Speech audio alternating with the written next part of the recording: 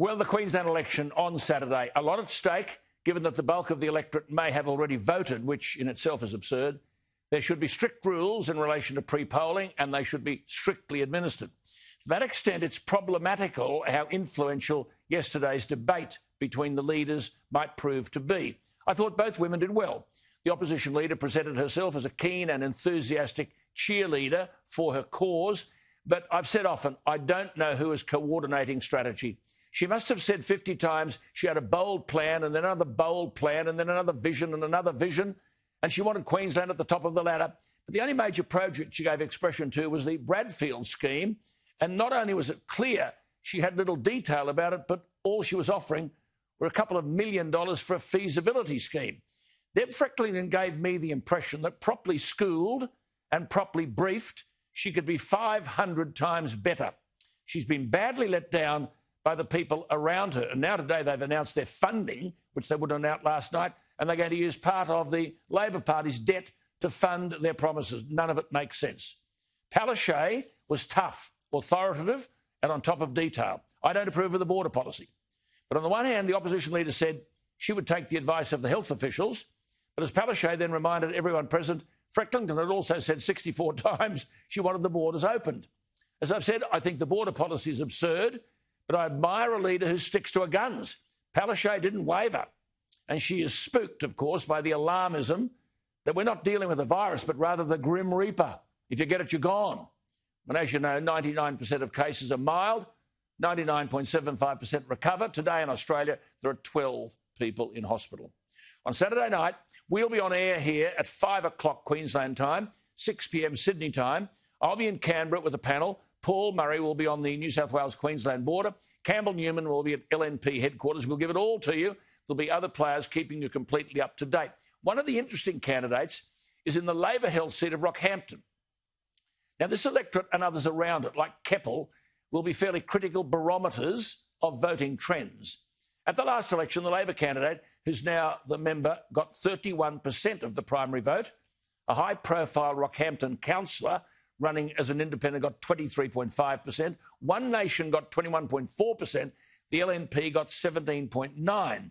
After preferences, One Nation came second to Labor, 55 and a bit to 44 and a bit. The One Nation candidate then for Rockhampton is now the One Nation candidate for Keppel. And the One Nation candidate for Rockhampton is an interesting individual indeed, which is why I'm going to talk to him in a minute.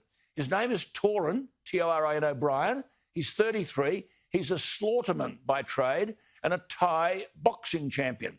I'm told he's a keen and enthusiastic young man, and I thought we'd give him a Guernsey. He's on the line. Torin, good evening to you.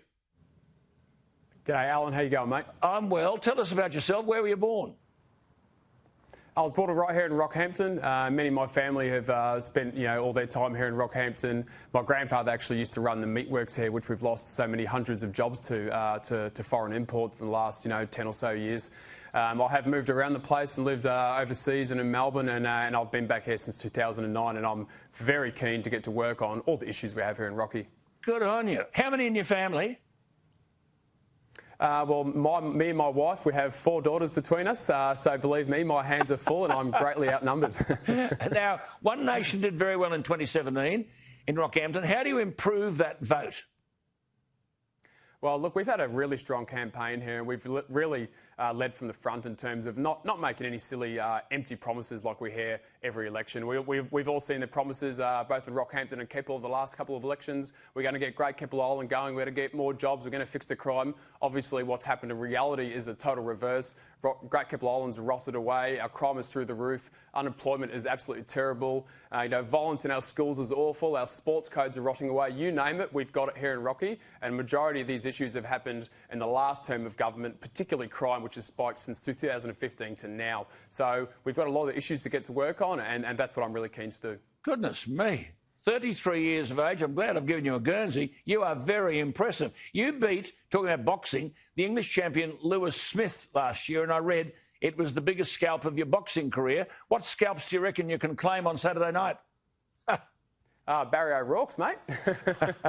So, look, I am confident, and I say that because we've had, like I said, we've had such a strong campaign. We're not doing the empty promises. Our anti-bullying campaigns that we've done here, is really big stuff. And I'm going to go ahead whether I win this or not. Much like Senator Hanson's hard work with the Rocky Sports Club Stadium, that's happening whether we win or not. I'm very outspoken about the issues here. I'm not going to be turned away by labels of being racist or whatever just because I'm speaking out about the jobs we've lost due to 457 visas. There's hard work here. We need a hard leader, and that's something we're lacking at the moment.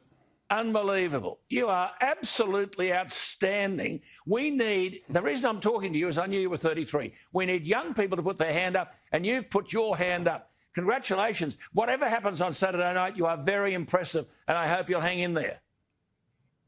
Thank you, Alan. Good to talk to you. There he is, Torin O'Brien, the One Nation candidate for Rockhampton.